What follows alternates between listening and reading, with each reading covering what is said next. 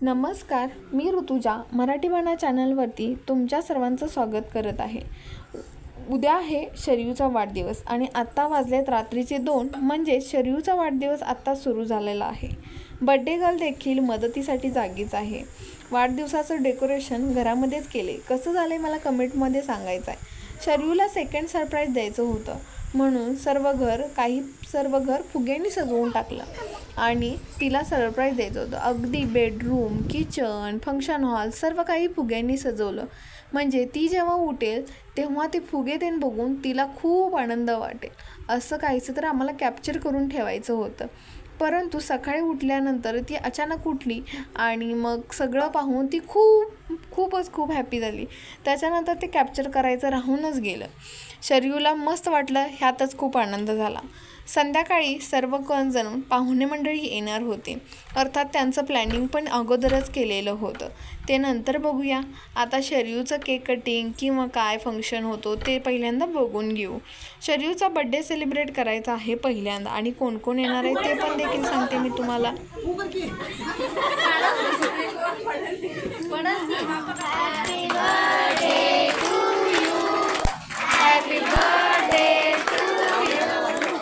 Happy birthday dear Sharyu, happy birthday to you.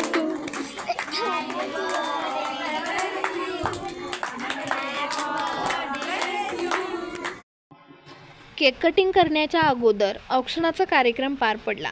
त्यासाठी पाहुणे मंडळी जमलेलेच होते आणि सर्वजण केक कटिंग करण्याची वाट पाहत होते, कारण केक कटिंग झाल्यानंतर जेवणाचा कार्यक्रम देखील होता आणि ते सर्व आटपून त्यांना त्यांच्या घरी जायचं होतं, म्हणून थोडीफार गडबड होती। सर्वजण रात्रीची वेळ असल्यामुळे गडबड करतातच, तसंच काहीसं तरी होतं, परंतु औक्षण ते सर्व चांगल्यारीत्या पार पडलं। कारण औक्षण करताना सर्वांनी सोन्यासारखं उजळू दे, कापसासारखं फुलू दे आणि त्यांना समृद्ध आरोग्यदायी जीवन शरयूला लाभू दे म्हणून आशीर्वाद दिला। असा काहीसा तर बड्डे आमचा पार पडला। नंतर केक कटिंग झालं, त्याच्यानंतर शरयूला फार शुभेच्छा दिल्या आणि गिफ्ट देखील मिळाले। हे सर्व बघून शरयू तर खुश झाली। सगळीकडे चॉकलेट, बिस्किट्स, केक आणि काहीतरी तिच्या डॉल्स सगळं दिसत होतं, त्यामुळे ती खूप आनंदी झाली। हे सर्व बघून तिच्या एवढंच मी देखील खुश झाले, कारण का तिची हौस मौस करायला मला खूप आवडतं। तुम्हाला देखील आवडत असेल, प्रत्येक आईवडिलांना देखील आवडतं, तसंच आम्हाला देखील आवडतं। कारण मला तर असं वाटतं की मुलांचं लहानपण हे तेव्हा जोपासायचं असतं। मोठं झाल्यानंतर हे लहानपण त्यांना अनुभवायला मिळणार नाही, कारण मोठं झाल्यानंतर ह्या आठवणी त्यांच्या लक्षात राहतील न राहतील, त्यासाठीच मी हा बड्डे सेलिब्रेशन करून त्याचे फोटो शूट केले, नंतर व्हिडिओ कॅप्चर केले। यासाठीच सगळा अट्टहास, कारण लहान मुलांचं हे वय पुन्हा येणार नाही।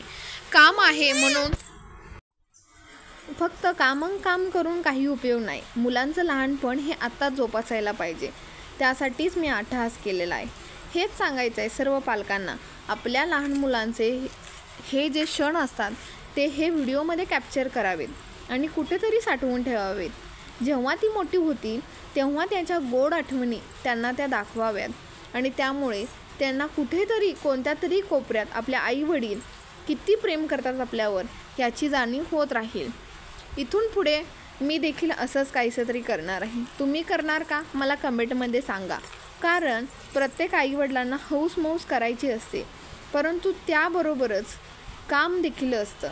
मग मी म्हणते काम करा पण थोडे काहीतरी वेळ आपल्या मुलांसाठी देखील काढा आणि थोडा मुलांचा आनंद देखील पहा। असंच काहीसं तरी मी केलं आणि शरयूचा बड्डे सेलिब्रेट झाला। भरपूर जण आलेले होते, मामा, मावशी, आजी, आजोबा, पणजी असे सर्वजण उपस्थित होते। तर ह्याचं सर्व प्लॅनिंग आम्ही अगोदरच केलेलं होतं। आठवडाभर आमचं प्लॅनिंग सुरू होतं, कोणाला बोलवायचं, किती माणसं होणार आहेत, केक केवढा आणायचा, बड्डेचं शूट कसं करायचं, फोटोग्राफर सांगायचा की नाही, हे सर्व आम्ही अगोदरच ठरवलेलं होतं। जेवणाचा मेनू काय करायचं, कोण करणार, आचारी बोलवायचा का, हे सर्व डिस्कशन आमचं सुरूच होतं। त्याची तयारी पण होतीच। त्याचबरोबर कपडे कोणते घालायचे शरयूला, ते देखील होतं. शरीरचा मेकअप कसा करायचा हे देखील होतं. असं काहीसं तर आम्ही नियोजन केलेलं होतं आणि त्यानंतरच आम्ही बड्डेचं सुरुवात करायला सुरुवात केली. पण डेकोरेशन आम्ही बाहेरून करणार होतो. बजेट 5,000 होतं. 5,000 बजेट एवढं का खर्च करायचं आहे म्हणून आम्ही घरामध्येच डेकोरेशन केलं.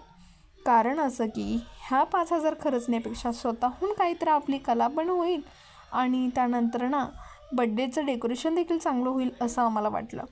म्हणून बड्डेचं डेकोरेशन करण्यासाठी आम्ही घरीच सगळी तयारी केली आणि डेकोरेशन देखील घरामध्येच केलं. छान वाटलं कारण का थोडाफार आनंद देखील झाला. शरीरसाठी काहीतरी करायला मिळालं याचा देखील आनंद झाला आणि डेकोरेशन देखील छान झालं. तुम्ही देखील करून बघा तसं. तुमच्या मुलांच्या बाबतीत डेकोरेशन ते खूप छान वाटतं. असं काहीसं तर बड्डेचं प्लॅनिंग चालू होतं आणि ते सक्सेस देखील झालं.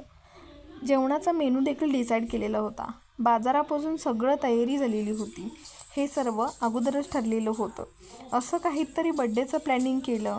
शरीरचा बड्डे देखील छानसा सेलिब्रेट झाला आणि तुम्ही देखील असेच फोटो काढून कॅप्चर करून लहान मुलांच्या आठवणी जोपासत राहा असं मला वाटतं.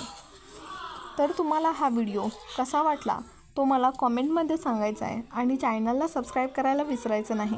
कारण पुढचा व्हिडिओ नक्कीच गिफ्ट अनबॉक्सिंगचा असेल. तर शरीरला कोणते कोणते गिफ्ट मिळाले हे बघण्यासाठी नक्की चॅनलला सबस्क्राईब करायचं आहे आणि खूप खूप थँक्यू.